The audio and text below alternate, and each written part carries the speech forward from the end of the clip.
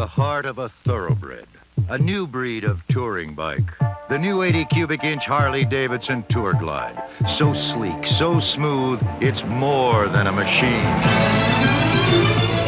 Harley-Davidson is more than a machine.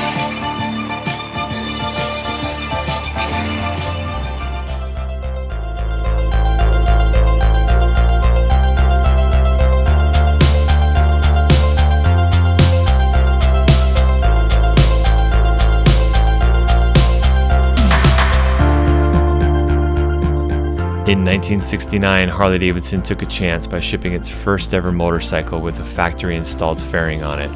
This was a calculated decision that had been proven in the aftermarket arena years prior to the 1969 launch, and by today's standards, looking back, it really wasn't a gamble at all.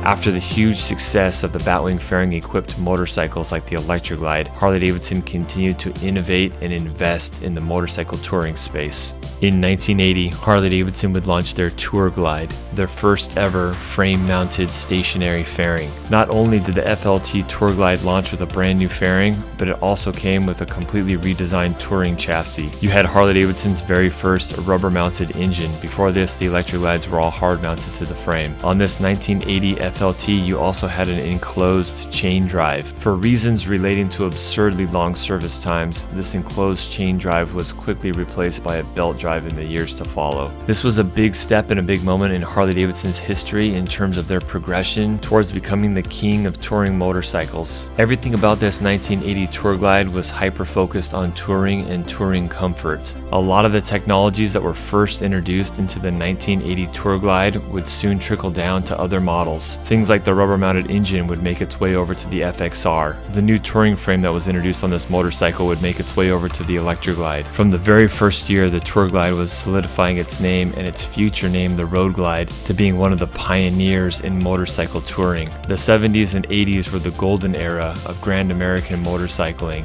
and Harley-Davidson was the main player in the game. But even though nowadays the Harley-Davidson community reveres the Tour Glide as being one of the most significant touring motorcycles in its history, at the time, the sales of the Tour Glide were dismal. Its counterpart, the Electric Glide, with its Batwing-shaped fairing, would outsell the Tour Glide 10-1. Throughout the 80s and the early 90s, the Tour Glide really wasn't much of a seller at all. The reality of it is, the Harley-Davidson community hasn't really changed much in the last 50 years. The Tour Glide represented a new style and new technology. A lot of the core bikers resisted this new style and resisted the new technology. Throughout the 80s and the early 90s, the Tour Glide would not be a strong seller, and much of them preferred the more traditional style of the Batwing fairing. Even through the late 90s and the early 2000s, the Road Glide was still thought of as kind of the red-headed stepchild in the touring family. You had to either really love the style of the shark nose fairing and be a guy that was hyper-focused on touring performance, that was part of the cult following of the Road Glide, that felt like it was a far better achiever in splitting the wind. And then two things would happen in 2010 and 2015 that would forever change the perception in Harley riders' minds and forever change the trajectory of its sales. In 2010, Harley-Davidson renamed the bike from the Road Glide to the Road Glide Custom. It would then adopt a lot of the Street Glide styling, a styling that Harley-Davidson introduced on the Street Glide back in 2006 when it started adopting a lot of the big wheel bagger styling points from the aftermarket and custom worlds. This chopped down, slimmed down, big wheels, big shrouds, big stereo, big paint type of bikes would influence both the Road Glide Custom and the Street Glide in the 2010 era. It was at this time that the Road Glide broke the mold of only prioritizing touring and caring nothing about its styling points. Fast forward 5 years to 2015 when the Project Rushmore was applied to the Road Glide and the new Road Glide fairing came out. The new modern styling that the Project Rushmore brought to the table on the Road Glide would then catapult its appeal into the stratosphere. A lot of the newer generation bagger riders and touring riders would all prefer the Road Glide fairing over the once highly popular Batwing fairing. The years after the 2015 redesign on the Road Glide would represent the first time that the shark nose stationary fairing would eclipse that of the Batwing fairing in terms of popularity and sales. And then one thing led to another. This Rushmore Road Glide fairing fairing started appealing to a different demographic, a younger demographic that represented the future generation of Harley-Davidson riders. And for the first time, they were discovering Harley-Davidson's touring platform. So at this point, the cool factor had already been applied to the Road Glides, so it was up to this generation to leave their mark and contribute one last remaining element to the touring motorcycles: speed, which gave way to the performance bagger movement. And that brings us to the present state of the Road Glide.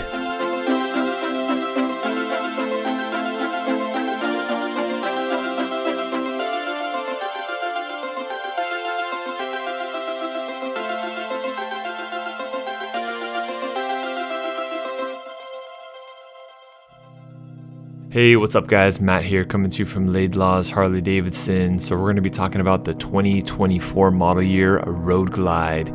And this year, Harley-Davidson has made some very significant changes to the Road Glide and the Street Glide. They have introduced a completely new body style to their core touring bikes on both the Batwing and Shark Nose fairing. Obviously, we're talking about the Shark Nose fairing or the Road Glide in this video here. But this body style first was introduced in the 23 model year on their CVO Road Glide that came out about halfway through the model year. So this is the first time we've seen this brand new fairing and body style being applied to the non-CVO or just the regular Road Glide. And the Road Glide this year is just an FLTRX, I guess what can be considered a Road Glide standard. There is no Road Glide Special or Road Glide ST this year. So the three different trim levels they had last year with the standard, the special, and the ST are all just one Road Glide now. They still do have the Road Glide Limited, which still has the previous generation fairing and body style on it. So the 24 model year marks a year in Harley-Davidson's history where it's one of the biggest changes they've ever made in a single year to the Road Glide. It's definitely in the top 3 biggest years for the Road Glide and Tour Glide for that matter, in terms of just the amount of changes that were applied to this bike in a single model year. But I'm going to be covering everything I know about this bike, everything I've learned about this bike, what I've learned after several hundred miles. I wanted to start this video off a little bit differently though, guys. I got a phone call the other day that just kind of prompted me to rethink the way I do these review videos. I wanted to start off with just a little bit more of like the general information that is more targeted towards people that have never ridden a full-size like Grand American touring motorcycle before. I was talking to a guy that has a lot of experience in riding motorcycles, sport bikes, adventure touring motorcycles, things like that. Nothing really that was over a 600-pound motorcycle. And I think he just felt like once you get up to above 800-pound plus motorcycle, that everything is just going to be more difficult to handle on the bike. The bike's going to be a lot more sluggish. It's just not going to corner very well. And so I wanted to start off just by talking a little bit about what exactly a full touring chassis motorcycle like this, what you really can expect from a bike of this size. And first of all, I'll just say, if you have riding experience for several years, let's call it 3, 4, 5 plus years,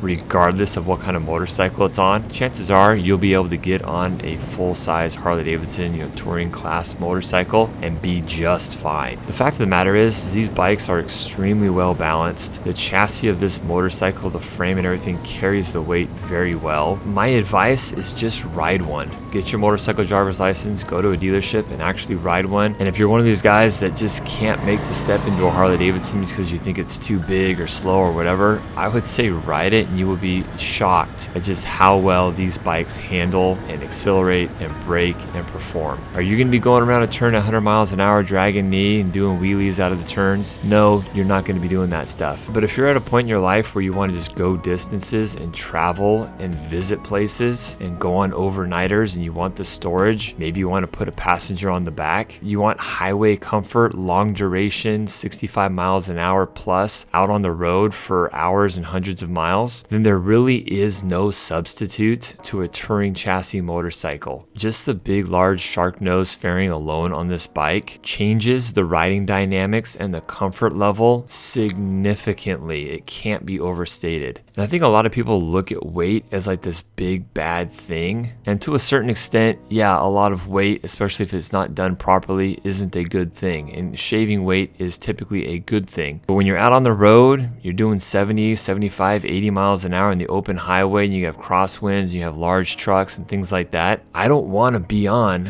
a 300-400 pound sport bike. Give me the big, heavy, planted touring bike out on the highway 10 times out of 10. So basically, if you're comparing this motorcycle to a bike that's let's say 300 pounds lighter, and maybe has a fully liquid cooled engine that produces more horsepower? Are you giving up a little bit of agility in and out of turns? Yes. Are you giving up a good amount of acceleration? Yes. Is it going to be easier to pick up the motorcycle if you drop it? Yes. But what you give up in those compromises, you're gaining a lot more comfortable ride out on the road. The ergonomics are way better. The saddle, the seat comfort is a lot better. Usually the rider triangle relationship between your hand, your seat, and your feet is just a lot more of a comfortable riding position. The fairing is going to give you long distance comfort that you'll never get out of a bike without a full-size fairing on it. Having a good amount of storage on your motorcycle completely opens up a whole new world and different types of motorcycle riding in general, like touring. If you actually want to go somewhere with a passenger instead of just down the block or something, you got to get a larger touring style motorcycle. And then you add all the conveniences that come with like an infotainment system, the music, the navigation, the communication stuff like radio talking to other riders in your group, or being able to talk on your cell phone through your infotainment system. It's just a completely different style of riding. And then you add the layer of the classic appeal on top of that, just the feeling of Americana you get when you spin that throttle and you feel that V-twin engine and the beautiful styling that's rooted in American history. Combine that with Harley-Davidson's world-class fit and finish on their motorcycles. It's just a completely different way of enjoying motorcycles. It's a different mindset. And although I've been involved in pretty much all disciplines of riding motorcycles in my lifetime, Grand American Touring is by far my favorite.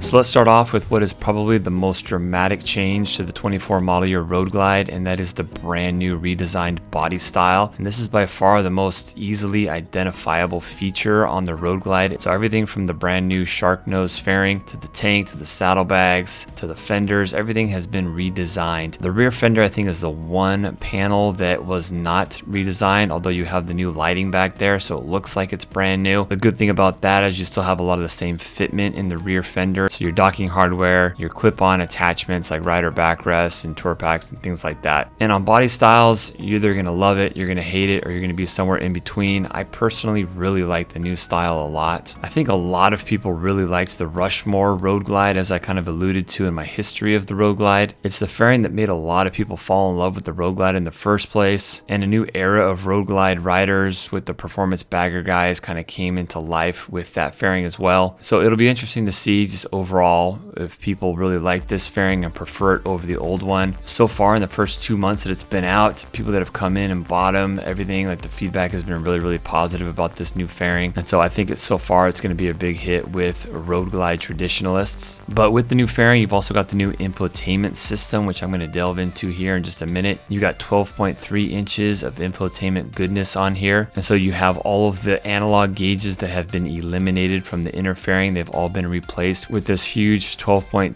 TFT screen. And you've also got controls on the switch housings to navigate the screen without having to actually utilize that touch screen if you're like on the road and trying to keep your hands on the grips. But the body style is definitely a little bit more of an angular, modern looking style. You've got these flowing body lines that start in the tank and then go through the saddlebag as well. The tank, by the way, is still a 6-gallon fuel tank. They were able to shave a little bit of weight on the fuel tank. I believe it was 2 pounds or so. The tank has less of like a round teardrop shape. It's like a flat bottom tank, a little bit more angular, a little bit more flat on top as well. You no longer have that button to access your fuel cap anymore. The fuel cap basically just hinges now, and so you don't have to worry about losing or forgetting your fuel cap at the gas station or something. The windshield on these bikes has what they refer to as a floating style windshield. Definitely a better design. You're not screwing your windshield into the actual painted part of the fairing anymore, which you can easily over tighten a screw and damage your paint and things like that. So definitely a nicer, more modern design on the windshield. Real easy to change your windshield in and out as well. After talking to the engineers, they told me they considered putting electronically adjustable windshield on there, but they opted not to, which I'm super glad they didn't do it for the exact reasons that I always talk about on my channel here. It's just not worth the trade-offs to put a big electric motor in your fairing and add the extra weight, add the extra mechanical complexity of it for a feature that people use once. They set it to the height that they like it and they never use it again for the most part. It's just not worth the additional electronics electronics, the additional weight, and the additional motor in there, and it creates a lot more bloat for the fairing as well. You end up with this weird bloated shaped fairing like an Indian Challenger or something. It just looks really bad. And so I'm super thankful that Harley-Davidson just kept it simple, kept it light, and just made it real easy to change out the windshield based on your style and functional preferences. Saddlebags have been reshaped. They're a little bit higher capacity now, not much to really write home about, but overall it's just a different look. It's a little different style. Personally, I don't love it more. I don't hate it either. Got a little bit more of like a bulge look on the sides of the bags. I really like the cut back and the tail end of the bag. I think that looks really good. So let's talk lighting for a minute. You got LED lighting all the way around, your headlamp, your tail lights, your turn signals front and rear. The turn signals are no longer those bullet turn signals in the front and the rear. The turn signals are all integrated into the front fairing now, right in the same assembly as the headlamp. And in the rear, they're all integrated into the tail light assembly as well. The lighting looks a lot more modern, and the silhouette of the bike coming at you looks really good in the evening. It's got kind of the same design that you'd expect from modern LED lights as well. When you're not using a turn signal, it's like a white running light, and then when you hit the turn signal, it turns into an amber blinking turn signal. So while we're talking about the body style, let's take a look at the seat. The seat was upgraded and improved this year, which is kind of nice because I think the seat's been relatively the same just in terms of like the padding and the design of it since 2009, but they did upgrade the internals of the seat and they changed like the bucket shape as well. And when I first heard about this, I kind of just moved on and just thought nothing of it. You know, they changed the foam in the seat, woo, big deal. And then after riding the bike for a while, it puts your hips and your pelvis in a different position with the new seat. And I wasn't even trying to consciously be aware of the new seat, but I did notice that the seat was more comfortable. The seat still does have the style and the low profile nature as a #1 priority on here, but the comfort, given the low profile form factor of the seat, is definitely better. I will say that I thought the stitching on the seat was a little bit interesting. You've got kind of this zigzag pattern right down the middle of the seat. Personally, I think the style of that stitch pattern is completely out of place on these bikes. I think the build quality and the materials used are good. They feel great. But my personal opinion, I think they could have done better in the seat stitching pattern. One of the biggest gripes I have about the new body style and just the overall appearance of it is the inner fairing. And I had kind of the same nitpick when I was talking about the Street Glide as well. I just think the inner fairing and the dull nature of the inner fairing and the speaker grills, just the plastic that was used and just the overall look and the touch and feel of it just isn't very good. I actually had a couple people comment to me in my Street Glide video and said, actually, Matt, we prefer the dull black inner fairing. And that's just because it stays looking nicer for longer. It doesn't show like all the hairline scratches and things that like the glossy inner fairing does. Another person said, yeah, and this dull black fairing doesn't reflect the light back at you and have like glare in the direct sunlight is bad either. And so for those two things I can agree with. You can wipe this dull black inner fairing with a cloth and it's not going to get scratched or scrape up nearly as easily. But for me personally, I would probably upgrade the speakers just for the nicer looking metal grills alone, and you get the upgraded 6.5-inch speaker sound benefit as well. While we're talking about the inner fairing, I might as well talk about the storage compartments on the two sides. So just a heads up, you no longer lift these lids up like you have on the Road Glide in the past. I've seen people already break their storage compartments because they go to lift it up and they force it. It is now a push down latch, so you need to press down on these covers and then it slowly rotates up. The benefit there is your storage door can actually stay up. You don't need two hands to access it. So it's a better design. It might take some people a minute to get used to, especially if they're used to the old style of Road Glide storage doors. Here's a big win for the Road Glide this year, guys, and this is one that a lot of people were happy about. So in the Rushmore style fairing, you had a gauge cluster that was mounted basically on top of the triple tree area. This made changing the bars on a Road Glide a lot more of a difficult task than maybe it should have been. This new generation of Road Glide, now that the gauges are all integrated into the infotainment system, you have a very clean exposed top clamp to change out your handlebars. And so for that reason, changing out your bars and doing your own custom bar on the Road Glide is going to be a lot easier than it has been in the past. Straight from the factory, you do have the ability to adjust the bars forwards or backwards a little bit just to tailor the fit and the ergonomics a little bit more to your style. The bar design is new for the 24 model year. There's like a pin in the top clamp. Not that that's a big deal, you could always just break the pin off, but there are also pins in the switch housings as well. So for that reason, you're going to see a lot of the aftermarket bar guys probably redesigning their bars, especially right there where the switch housings mount up. But overall, guys, for me personally, this is one of the things that is very attractive about the Road Glide, even though I'm a core Street Glide guy. I always have been. But the fact that the bars are so easy to change out on the Road Glide now, and really your options are limitless, to me this is a big selling point for the Road Glide. Can you change out bars on the Street Glide? Yes, of course. It's just that you have to follow a little bit more of a predetermined bar configuration with the Street Glide to get around that fairing. And I think to finish it off, while we're talking about the overall aesthetics and look of the body, we'll talk about the wheels. So you do have a new wheel design this year. It's still a 19-inch wheel in the front, 18-inch wheel in the rear.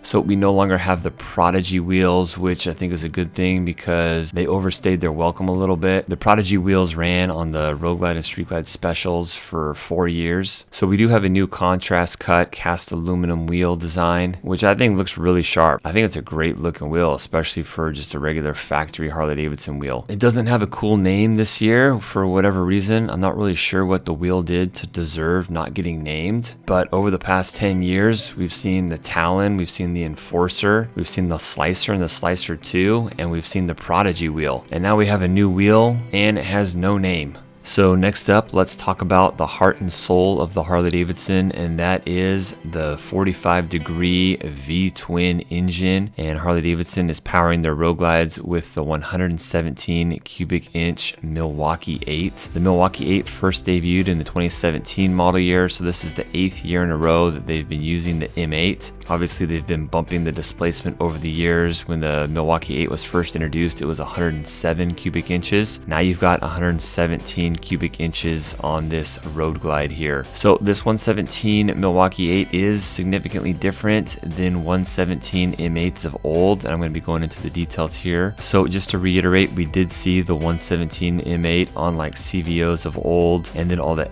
ST models like the Road Glide ST, Street Glide ST, and then the Lowrider ST. But the engineers over at Harley-Davidson did make some pretty good tweaks this year to squeeze a little bit more power and give you a little bit more comfort as well out of this engine. So first off, they optimized the intake track on this M8. So it's a better flow, a little bit more of a direct flow, and they were able to cool down the engine more with a new redesigned water-cooled head. So the water cooling system is actually pretty involved. They changed the channels in the heads to be a little bit more efficient in cooling the motor. They piped the coolant starting with the rear cylinder first, which is the most important because that's when the coolant is at its coolest, and the rear cylinder is one that's the closest to you, the rider. So really the big benefit of these water-cooled heads is you have less heat radiating up on you as a rider. And like I've mentioned in past videos, when I first learned about that, I kind of brushed it off and said, okay, whatever, that's subjective. But I will say after riding these bikes, both the CVOs and the standard Road Glide, it is noticeably cooler. And although these numbers aren't official, if I had to give it kind of the inner thigh barometer, I would say you have probably anywhere between 30 and 50% less heat coming up on you as a rider. And that's going to enhance your passenger comfort as well. So with the new intake track and the new water-cooled heads, Harley-Davidson was able to squeeze an additional 3% more horsepower and 4% foot-pounds of torque out of this M8 motor. So Harley's numbers measured at the crank, you got 105 horsepower and 130 foot-pounds of torque, which ain't too shabby for a stock Harley-Davidson motor. I mean, 130 foot-pounds of torque, that's just a beast by anybody's standards. And for those of you that are new to the Harley-Davidson world, there's a lot of things that Harley-Davidson has to consider with their engines. There's just a lot of pieces of criteria and a lot of scrutiny that Harley-Davidson has to manage and design around that their riders expect from a Harley-Davidson motorcycle. First off, there's a lot of non-negotiables, like it's got to be a 45-degree V-twin air-cooled pushrod design. Yes, it does have supplemental water cooling, and we've actually seen supplemental water cooling systems, starting in the 14 model year with the Rushmore changes. But what that design criteria does is it gives the Harley-Davidson its signature look, sound, and feel, which without those, you might as well be riding a Honda. So the Milwaukee-Eight,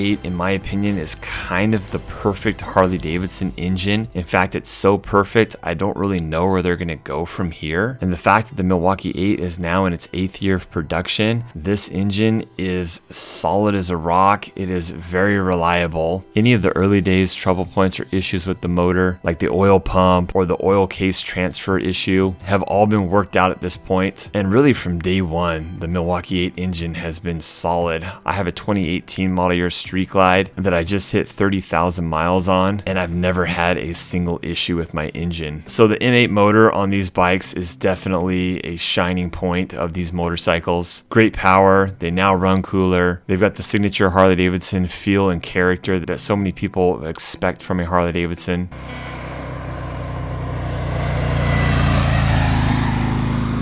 You've now got ride modes for the very first time on a Road Glide standard. We first saw it introduced once again on the CVO Road Glide and Street Glide last year. You've got 4 ride modes. You've got a rain mode that heightens the sensitivity of all the rider aids like traction control and ABS and cornering enhanced versions of all those. The throttle response is dumbed down and muted a little bit so as to help you not break traction in a compromised road surface, like if it's slick due to the rain or something. Then you've got sport mode, which is kind of the opposite side of the spectrum. You've got the immediate access to all the power with heightened throttle responsiveness. You've got additional engine braking with the sport mode. The electronic rider aids have all been dumbed down and muted a little bit, so things like your traction control and stuff aren't going to intervene as quickly as when compared to like rain mode. And then you've got a road mode, which I personally find myself in about 90% of my riding time. Road mode is just going to be a good balance between those two modes. And then you've got a customizable mode. So there's a bunch of different engine parameters and rider aid parameters that you can go in and adjust kind of based on your riding preferences. This was kind of familiar to me just because I have a Pan America as well, and these ride modes felt somewhat similar to the Pan America ride modes and the Pan America custom ride mode as well. While we're on the topic of the new engine and the water-cooled head design, another gripe that I did have that involves that water cooling system, there's like this expansion chamber on the left-hand side. I don't think Harley-Davidson gave it much thought in making that look as aesthetically pleasing as possible. It's just kind of bolted up to the left side in a crude way. And then right below that you have the horn, which is another thing that I think is just kind of bolted up without a whole lot of thought given to it, which isn't something that I would expect from Harley-Davidson. I would expect that from like Honda or Indian or something like that. Harley-Davidson moved their horn when they changed the location of the spark plug ignition coil. They used to have a nice like decorative horn cover on the left hand side, but now it's been replaced and they just have the ugly little plastic horn down by the left footboard. So those are two pieces that I think the design team could do a little bit better in the future in maybe the placement or hiding them better or something.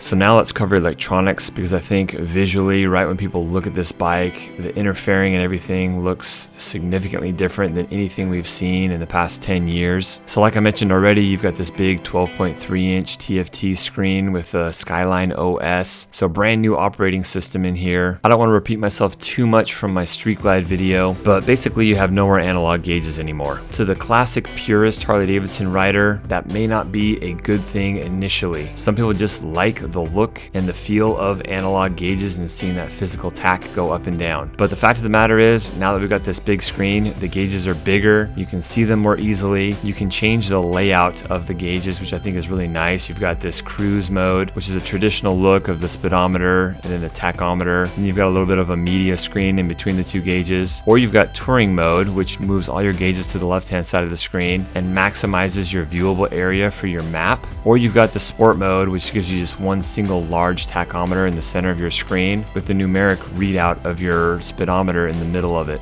And with your trip meter toggle switch, you can cycle through several different tools that I thought were really useful, like your tire pressure monitoring system, which I'm huge on. So many people do not manage their tire pressure on a motorcycle properly, and this is the number one thing that you can do to increase the longevity of your tires, keep your bike handling and riding properly. And this is something that just needs to be monitored a lot more closely when compared to like a car or something like that. So having that digital readout of your tire pressure is huge. And then you've got your typical trip meters and how many miles you have before you run out of gas and things like that. So my personal opinion, initially I was kind of like, wow, that classic look and aesthetic of the analog gauges is now gone, which I think people feel a little bit more on a Harley-Davidson just because part of the appeal of a Harley-Davidson is the classic look. But from a utility standpoint, I think it was time. After using this infotainment system for a while, I do prefer just the navigation of it and getting to where I want to go a lot quicker now. They added more buttons on the control switch housings, which at first I wasn't in favor of. I just felt like it looked a lot more busy on the controls, and there was just beauty in the simplicity of the old controls. But once again, from a functional standpoint, you can just dive into the menus and get to where you're going a lot quicker than in the old switches and infotainment system. So practicality wise and functionally wise, the new system with the new switches is definitely better. You've got things that you'd expect expect from this infotainment system, like Bluetooth connectivity with your cell phone. You do have Apple CarPlay on here. The infotainment systems come with the capability of just built-in navigation. However, it does cost you a $350 upgrade that's installable at the dealership to get the embedded navigation. So straight from the factory, the only way to get navigation on these is to piggyback off of like your cell phone using Apple CarPlay, or to get that flash from a dealership that gives you the embedded navigation, which by the way, that embedded navigation comes stock on a CVO version of these bikes. Now, if you have an Android phone, you can't use Android Auto. That's an Android decision, not a Harley-Davidson decision. Android Auto does not support motorcycles anymore. You can still stream music and take phone calls off of an Android device. So most of the functionality you're still going to have, even if you don't have an Apple iPhone. My personal opinion, in the limited amount of time I've had with both of these navigation systems, both the Apple CarPlay and the Harley-Davidson embedded navigation, I much prefer the Apple CarPlay navigation. My personal recommendation to you is, if you're going to be using the navigation off your bike a lot, I think the overall experience with your navigation in Apple CarPlay is going to be the best when compared to the Harley-Davidson embedded navigation. Again, that's just going off of limited experience with both of them on these bikes, but it's hard for these software companies to compete with Google Maps and Apple Maps, let's be honest. You've got these two software giants, and so who's going to develop a software that's better than those two guys? It's going to be difficult. I had someone ask me recently in the comments if the screen was real viewable, like in high sunlight situations and high glare situations, and although it's hard for you guys to decipher from a video, I would say yes. The screens, they can be viewed very easily. They're very contrasty. You don't get a whole lot of glare on the screens. It was easier for me than even the previous generation, the Boom Audio GTS systems. You still have a high contrast mode where when you turn it on, it gives you that white background that makes it even easier to see the screen in direct sunlight. And the sound system is good. You got 5 1/4 speakers in the front fairings. Do I feel like they're light years better than the previous generation Road Glides? No, not really. I do feel like they sound really good. I definitely think they're going to meet most people's listening needs. But if you're a stereo guy and you're someone that likes sharing your music with other people on the roadway, then Harley-Davidson's got some nice upgrade options as well, where you can go up to the 6.5-inch speakers like I mentioned. You can go to the saddlebag speakers, add an additional amp on there, and then you've got like stage 2 and stage 3 saddlebag speakers as well, and those are definitely a lot louder. Next up, let's talk about suspension, and I think this is a really important topic because Harley-Davidson addressed the suspension in a pretty big way this year. So they increased the travel and the rear shock by 50% this year, which is a considerable improvement in the overall comfort of these bikes. For the longest time since they started lowering the Street Glides and Road Glides from the factory, these bikes just quite frankly weren't as comfortable as they could be. A lot of people spent money on upgrading the rear shocks on their Road Glides and Street Glides of old. And the reality of the matter is, when people buy a touring chassis motorcycle, they expect it to be comfortable out on the road. And even though shorter suspension delivers more of that custom bagger, low slung, drop down, slammed bagger look, in my opinion, it was never worth the trade-off of reducing the ride quality. So Harley-Davidson bumped the rear suspension. You've got a collar adjustment on the spring that adjusts the preload to like a base level setting, and then you can further dial that in on the left-hand side with a quick adjuster preload to compensate for things like additional weight or a passenger and things like that. So you can adjust the preload. Other than that, the front and rear suspension on these bikes are not adjustable, so you cannot adjust compression and rebound damping. So in addition to those new shocks in the rear, Harley-Davidson also retuned their front suspension as well to compensate for the additional travel in the rear, and so the front has been retuned as well, and the cumulative effect is a noticeably better overall ride. My prediction is a lot less people will feel the need to change out their suspension. I mean, maybe if you're going the direction of the performance bagger look or whatever, I can see people swapping out their rear shocks, maybe changing out their front ends. But I think for the everyday rider, you're going to find that the suspension on this bike is pretty dang good. And you combine the additional comfort in the suspension with the better seat, like I mentioned before, and the overall ride comfort is a lot better. I felt really good after a full day of riding these bikes through the Valley of Fire. And honestly, I can't really say that about the 23 and older Road Glide and Street Glide, especially the STs. The 22 and 23 model year Road Glide and Street Glide ST with the seat that comes from the factory, I got to change the seat or change the suspension or change both of them to even enjoy the ride on those bikes, to be honest. So I want to wrap up now, guys, with my final thoughts and impressions on the 24 model year Road Glide. So we've seen big changes in the overall look and style of the motorcycle. I think you're either going to resist it because you're more of a traditionalist Harley-Davidson guy, which there's plenty of those guys in the Harley-Davidson world that just resist the new style, but they usually all come around after a year or two. My initial feeling was like, okay, yeah, you're less classic looking now, but the more I look at these things and then look at the Rushmore fairings, the more I just feel like, yeah, this is the right direction. It was time for a change, and I'm a lot more accepting of this new body style, and I'm getting to the point now where I definitely prefer it over the old body styles, and that's speaking just from a stylistic standpoint and preference. I don't think there's any argument that could be made that would suggest the old generation of touring bikes were better from a functional standpoint. And then they've done a lot of little tweaks throughout the entire bike just to make it better all around. You've got a little bit more power, it runs cooler, the suspension is better now, you've got more modern lighting, all LED lighting all the way around, you've got new electronics, new infotainment system, new dash, all electronic gauges, new windshield design, new wheel design, and besides a few little nitpicks here and there that I had with the increased footprint of the cooling system, you have a bigger radiator down below, you have the overflow chamber on there, and the weird horn placement, and maybe taking a step back in the visual aesthetics of the inner fairing. Other than that, the bike is just better in every single way this year. And then I think the biggest cherry on top of everything is the huge price decrease this year as well. These bikes start off at $25,999, which is going to get you a billiard gray with chrome trim, and then from there, if you want a color, you're looking at $850 upcharge. If you want the black trim on the engine, you're looking at $1,350. The vivid black paint is now $600, which a lot of people say, oh, you charge for black now, how dare you, Harley-Davidson. But even with the black, you're saving about $3,000 from the price of the Road Glide last year. And this bike is probably most closely related to the Road Glide ST of last year. Both of these bikes are a 117. You have a shorter bag design on here. The front fender's been changed this year as well. It's a little bit smaller, lighter footprint on the front fender now. So when you compare this new modern Road Glide to a Road Glide ST last year, like I said, depending on how it's equipped and what color and everything, you're saving between $3,000 and $4,000. And the suspension's better. It runs cooler. You have more of a modern body design. You may or may not like that. New upgraded electronics. I think customizers are going to be happier with the accessibility of the bar design. So all in all, guys, Harley-Davidson just came to the table with a strong value proposition this year to deliver so much new content on their two core baggers, the Road Glide and the Street Glide, and to do all that with about a 10% decrease in MSRP. I think we have a serious winner this year. Anyways, guys, that about wraps it up. I appreciate you watching. If you have any questions, like always, feel free to leave it in the comment section below. I try to get back to everybody that has a question. And let me know what you guys think of these bikes as a whole. I mean, this is a pretty dang big year in Harley-Davidson's history. Let me know what you guys think of the entire package. And of course, if you're looking for a new or used Harley-Davidson in Southern California, make sure you hit us up here at Laidlaw's Harley-Davidson, where we have absolutely no additional dealer fees, no added dealer markup, no prep, none of that BS. We'll see you guys on the next one. Thanks for watching. Later.